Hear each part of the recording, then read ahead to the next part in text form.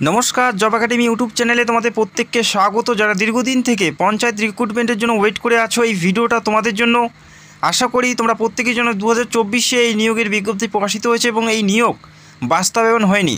যারা দীর্ঘদিন থেকে এই পদের জন্য ওয়েট করে আছো, তোমাদের স্বপ্ন পূরণ হতে যাচ্ছে।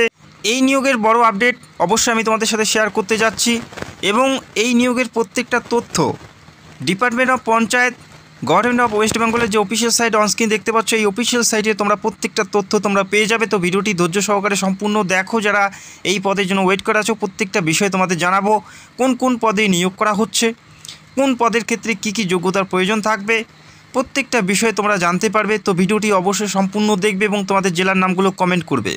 তো আশা করি কম বেশি প্রত্যেকেই জানো যে কিছুদিন পর ভোট, সেই ভোটের আগ মুহূর্তে প্রত্যেকটা রিক্রুটমেন্টের নোটিফিকেশন পাবলিশ হয় এবং নিয়োগ প্রক্রিয়া শুরু হয়ে যায়।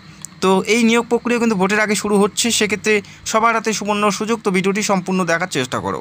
যে নোটিশটি প্রকাশিত হয়েছে অফিসিয়ালিভাবে অনস্ক্রিন দেখতে পাচ্ছ, যেখানে filling of the vacancies way of the direct recruitment different post under 3 tears.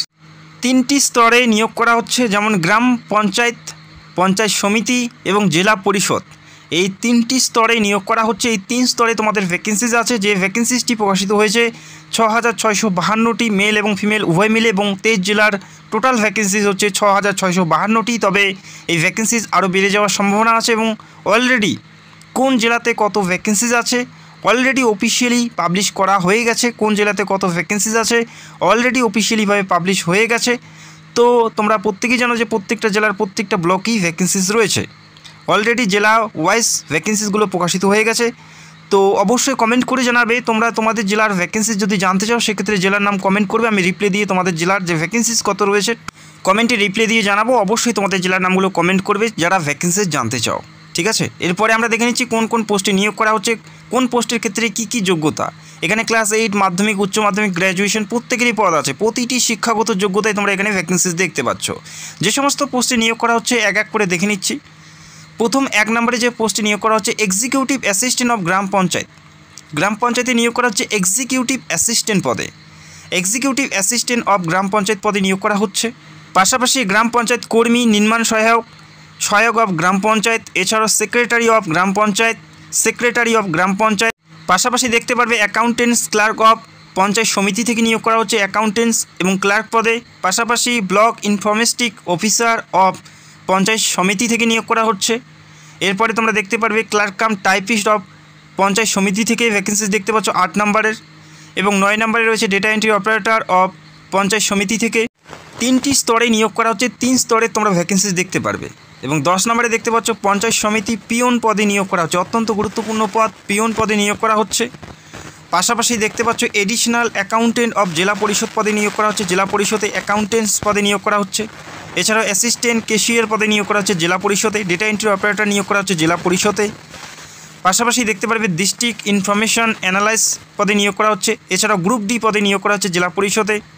Lower division assistant পদে নিয়োগ করা হচ্ছে জেলা পরিষদে। স্টেনোতে নিয়োগ করা হচ্ছে। পাশাপাশি ওয়ার্ক অ্যাসিস্ট্যান্ট পদে নিয়োগ করা হচ্ছে। টোটাল 18 ধরনের পোস্টে নিয়োগ করা হচ্ছে। টোটাল 18 ধরনের পোস্ট তোমরা এখানে দেখতে পাচ্ছ। নিজের শিক্ষাগত যোগ্যতা অনুযায়ী তোমরা পোস্ট পাচ্ছ। ক্লাস 8, মাধ্যমিক, উচ্চ মাধ্যমিক, গ্র্যাজুয়েশন প্রত্যেকটা শিক্ষাগত যোগ্যতায় তোমরা পোস্ট দেখতে পাচ্ছ। এই অফিসিয়াল সাইটে আসার পর যে পোস্টে তোমরা শিক্ষাগত যোগ্যতা চেক করতে চাও ক্লিক করবে। তারপরে একটি তোমরা পিডিএফের লিঙ্ক দেখতে পারবে। এখানে ক্লিক করার সাথে সাথে সেই পিডিএফটি ডাউনলোড হবে এবং তোমরা সেই পোস্টের ডিটেলস তোমরা দেখতে পারবে। তো আমি দেখিয়ে দিচ্ছি তোমাদের। এই মুহূর্তে দেখে নিচ্ছি গ্রুপ ডি পদে অ্যাপ্লাই করার জন্য কী কী যোগ্যতা থাকতে হবে, বেতন কত রয়েছে, কোন পরীক্ষা দিতে হবে, পরিষ্কার এখানে উল্লেখ করা আছে। তো দেখতে থাকো, এক এক করে প্রত্যেকটা বিষয় তোমাদের জানিয়ে দিচ্ছি। গ্রুপ ডি পদে নিয়োগ করা হচ্ছে গ্রুপ ডি, এবং গ্রুপ ডি পদে যে শিক্ষাগত যোগ্যতা উল্লেখ করা আছে দেখো ক্লাস 8 পাস। শুধুমাত্র ক্লাস 8 পাসে গ্রুপ ডি পদে অ্যাপ্লাই করতে পারো জেলা পরিষদে। জেলা পরিষদে গ্রুপ ডি পদে নিয়োগ করা হচ্ছে, ক্লাস 8 পাস থাকতে হচ্ছে। আর অন্য কোনো শিক্ষাগত যোগ্যতার কথা উল্লেখ করা নেই। ক্লাস 8 পাসে তোমরা এখানে অ্যাপ্লাই করতে পারো গ্রুপ ডি পদে, শুধুমাত্র ক্লাস 8 পাস। মেল এবং ফিমেল প্রত্যেকে অ্যাপ্লাই করতে পারো। বয়স যারা SC ST তাদের 18 থেকে 45, ওবিসি হলে 18 থেকে 43 এবং জেনারেল হলে 18 থেকে 40-এর মধ্যে বয়স থাকতে হচ্ছে।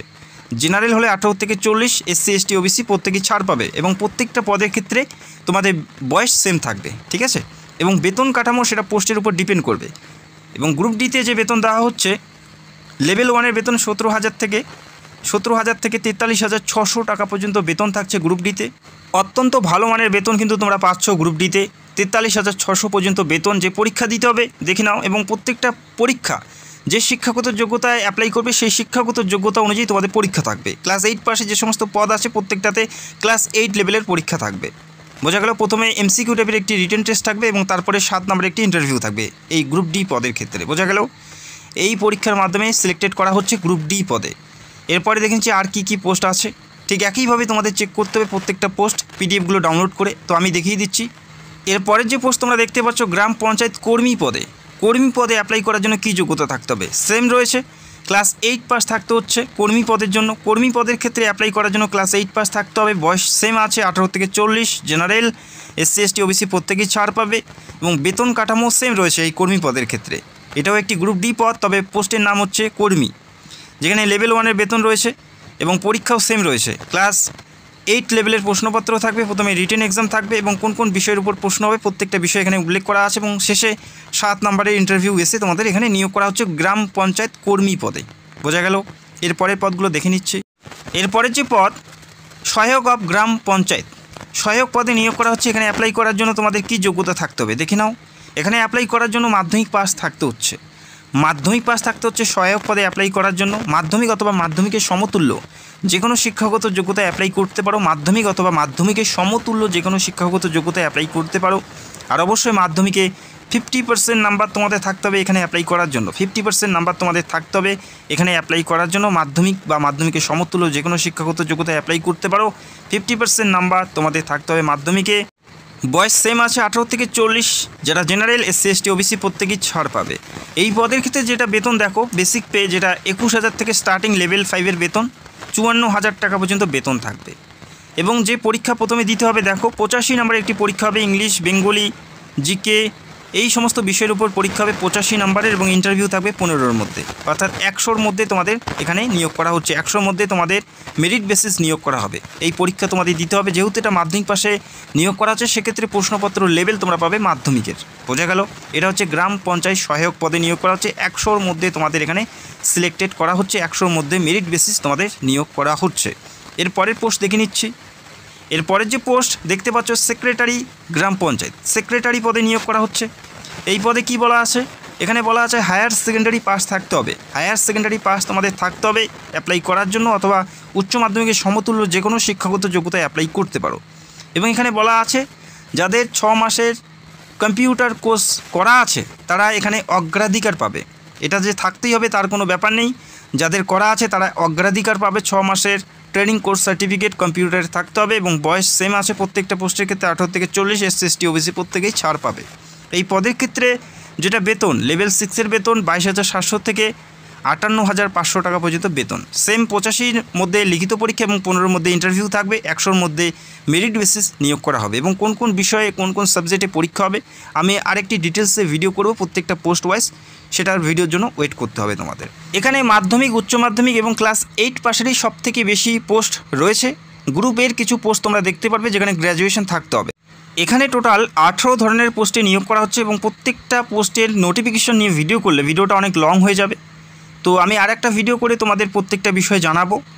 তো ক্লাস 8 মাধ্যমিক প্রত্যেকেই এখানে অ্যাপ্লাই করতে পারো। ভেরিয়াস পোস্টে নিয়োগ করা হচ্ছে এবং জানি রাখি এই অফিসিয়াল সাইটে আসলেই তোমরা দেখতে পারবে এখানে বলা আছে বর্তমানে এই পোর্টালে শুধুমাত্র রেজিস্ট্রেশন এবং প্রোফাইল সম্পূর্ণ করার প্রক্রিয়া চলছে, অর্থাৎ বর্তমানে রেজিস্ট্রেশন তোমরা করতে পারবে।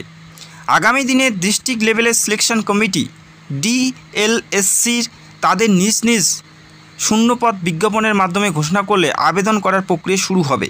নিয়মিত আপডেট পাওয়ার জন্য পোর্টালটিতে নজর রাখতে অনুরোধ করা হচ্ছে।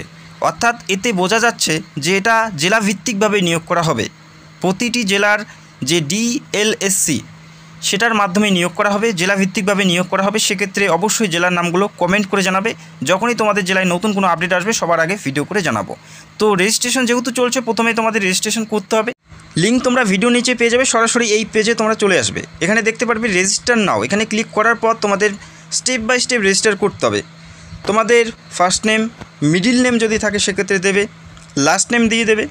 তারপরে নিচে স্ক্রল করবে, ডেট অফ বার্থ এখানে উল্লেখ করতে হবে। এরপরে জেন্ডার তোমাদের উল্লেখ করতে হচ্ছে জেন্ডার। এরপরে একটি পাসওয়ার্ড তোমাদের ক্রিয়েট করতে হবে। নিজের পছন্দের একটি পাসওয়ার্ড ক্রিয়েট করতে হবে, এখানে পাসওয়ার্ড দেবে এবং সেই পাসওয়ার্ড অবশ্যই নিচে কনফার্ম পাসওয়ার্ডের জায়গায় তোমাদের এন্টার করতে হবে।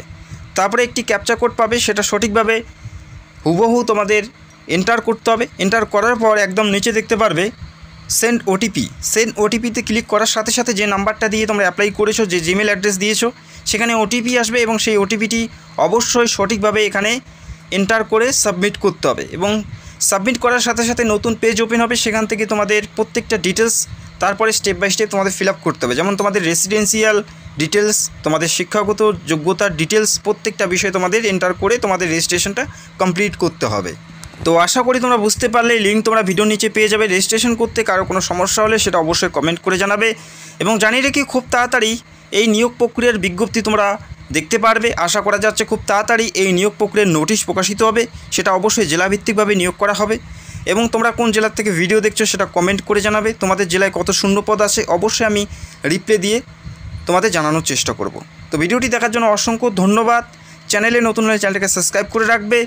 যদি তোমাদের কোনো প্রশ্ন থাকে সেটা অবশ্যই কমেন্ট করতে পারো। ভিডিওতে একটি লাইক করে দেবে। Thank you so much.